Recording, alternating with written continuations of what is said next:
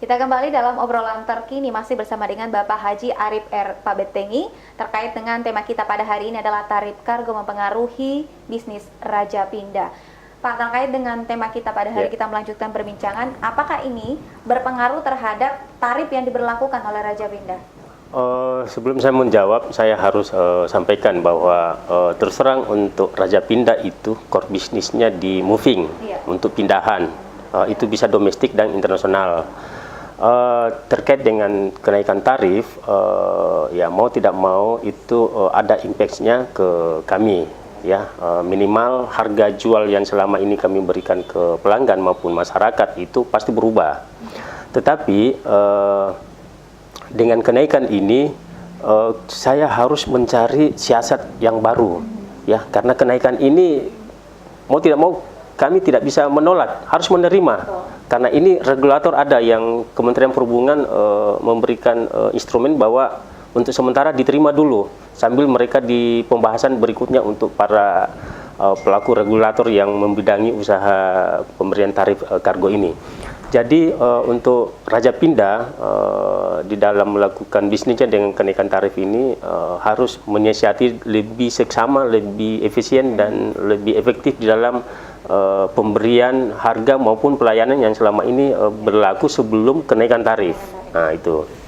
Tapi kalau dengan pemberlakuan yang 2 bulan naik lagi, nah bagaimana dengan pemberlakuan harga baru, Pak, terkait tarif ini di segala sektor bisnis yang Bapak tekuni saat ini? Inilah susahnya para pelaku usaha penerbangan di Indonesia. Tadi saya sudah sampaikan bahwa di dalam memberikan tarif sesuai dengan di organisasi penerbangan internasional IATA, tarif itu harus ditinjau per 6 bulan. Jadi kalau mau berubah suatu tarif itu 6 bulan dulu. Kalau ini kan tidak, 2 bulan 2 bulan. Makanya kami sangat merespon dengan itikat yang tidak bagus para pelaku usaha penerbangan.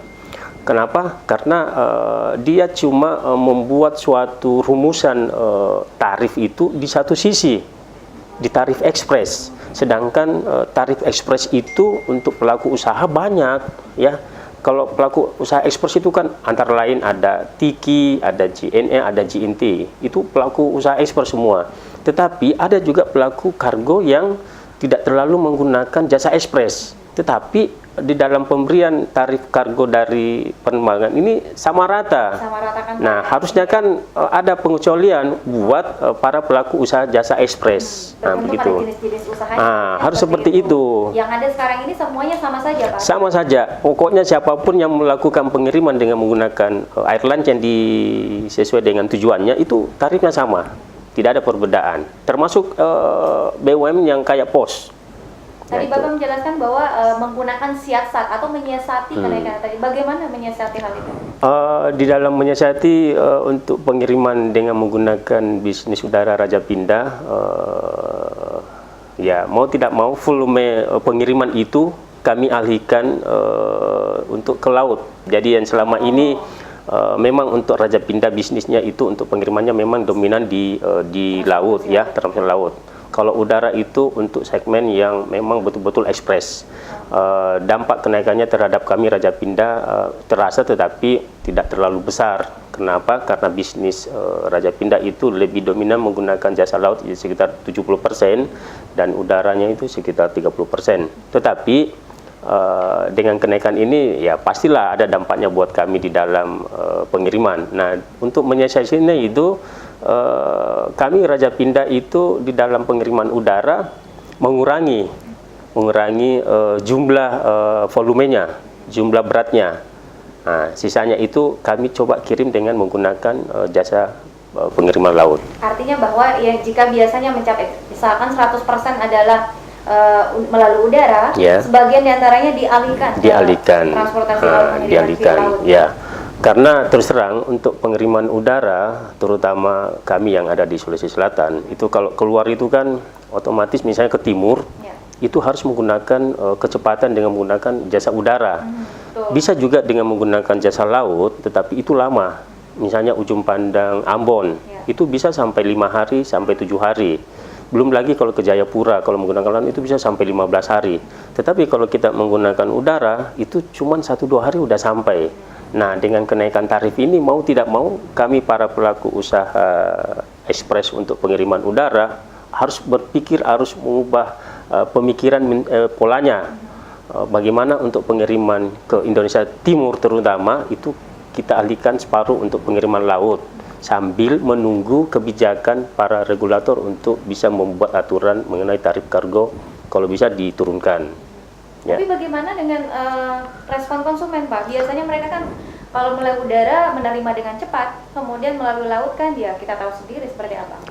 Kalau yang seperti ini kami coba memberikan pemahaman yang sangat detail terhadap pemberlakuan tarif kargo ini, karena mau tidak mau ini kan menyangkut biaya. Betul. Jadi misalnya untuk pengiriman ke Indonesia Timur, terutama ke Ambon, Jayapura, Sorong, kami informasikan bahwa dengan kenaikan tarif ini apakah para customer itu bisa menerima, tetapi ada opsi lain, harus menggunakan laut dengan tarif sekian. Nah, kalau sudah terjadi kesamaan persepsi untuk bisa dikirim, ya tergantung dari para konsumen yang mana dia mau gunakan. Tetapi kami sebagai pelaku usaha harus memberikan informasi yang aktual terhadap para konsumen bahwa kalau pengiriman tarif, kalau kirim laut itu sekian dengan harganya, terus udara sekian harganya. Kalau ini kan terkait Raja Pindah, tapi bagaimana dengan yang berada di bawah Alfi yang totalnya 250 perusahaan, Pak? Itu respon mereka seperti apa mewakili mereka semua ini? Mau tidak mau, mereka itu terusik dengan kenaikan tarif yang saya bilang tadi, kok tidak ada informasi, tidak ada duduk bersama, langsung saja dinaikkan, ya.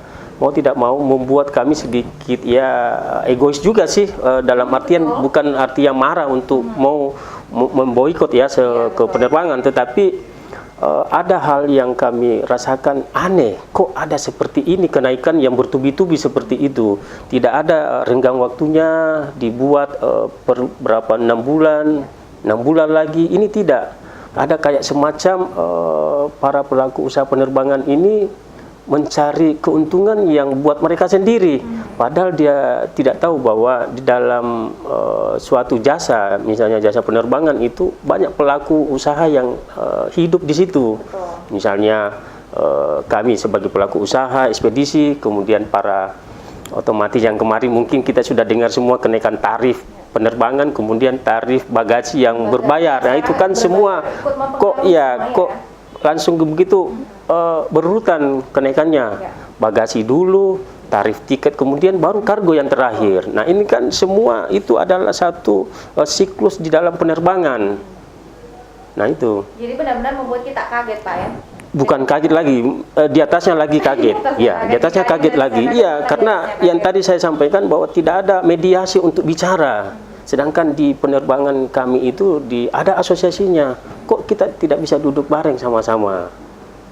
Sehingga sejauh ini yang kita harapkan bahwa ke depan duduk bersama dengan pihak penerbangan. Minimal lah para pelaku usaha penerbangan itu memberikan edukasi terhadap kami, para pelaku usaha, untuk kita bisa duduk sama-sama mencari solusi mana harga yang paling tepat. Karena terus terang kalau saya baca kemarin penjelasan dari Direktur Utama Garuda bahwa yang selama ini untuk pengiriman tarif per jam untuk per kilonya itu 3.000, sekarang kan sudah naik 6.000 sampai 7.000 per jam. Nah, dengan kenaikan itu kan 100%. Iya, betul. Saya ingat sekali ada teman di Sumatera sama Jakarta itu, mereka sementara ini tutup perusahaannya akibat dampak kenaikan tarif kargo ini. Kemudian saya kasih lagi gambaran, ada tarif penerbangan itu ujung pandang Palembang. Ya. Itu dari 9.000 naik sampai 18.000, itu naik 300% itu. Mau tidak mau kasihan yang para pelaku usaha ekspedisi udara yang ada di Palembang dan Jakarta.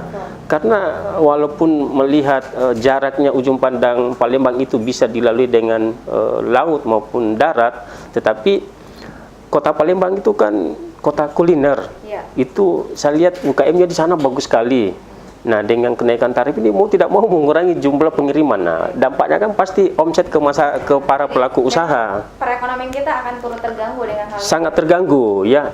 Ujung-ujungnya ini mengakibatkan kenaikan tarif ini yang macam-macam, tarif kenaikan tiket, tarif kenaikan bagasi maupun tarif kenaikan SMU, itu dampaknya ke inflasi. Inflasi itu sudah pasti. Bukan juga yang kami harus sampaikan, bukan hanya ada di udara, tapi di laut juga terjadi kenaikan. Cuman gejolak di laut untuk setiap ada kenaikan itu kami dipanggil duduk bareng sama-sama. Oh, inilah perbedaannya Pak ya. Jadi dipersiapkan sedini mungkin hal-hal yang akan dilakukan, sementara dari kargo ini memang tidak ada melalui via udara. Langsung menaikkan tarif. Baik. Kalau di Pulau Jawa saat ini, terutama yang tadi yang Bapak sudah jelaskan bahwa di Palembang ini adalah menuju usaha-usaha kecil lainnya itu bisa saja gulung tikar, Pak Martiana. Apakah ini juga akan berdampak khususnya di Sulawesi Selatan, Pak? Kalau melihat tidak ada pergerakan untuk turunnya tarif kargo ini, itu pasti ada anggota dari asosiasi itu pasti tutup atau gulung tikar. Karena dia mungkin sudah tidak bisa lagi membiayai biaya operasionalnya dibanding untuk pendapatannya. Karena terus terang untuk tarif SMU itu 30% dari total biaya yang dikeluarkan para pelaku usaha untuk bisa melakukan operasionalnya, ya. Yang sisanya itu ada biaya gudang, ada biaya susut untuk mobil dan lain-lain. Tetapi biaya SMU itu menyumbang 30% dari biaya operasional, ya. Baik, kita masih akan melanjutkan perbincangan kita Pak Arif, namun setelah jeda pariwara berikut ini tetaplah bersama kami.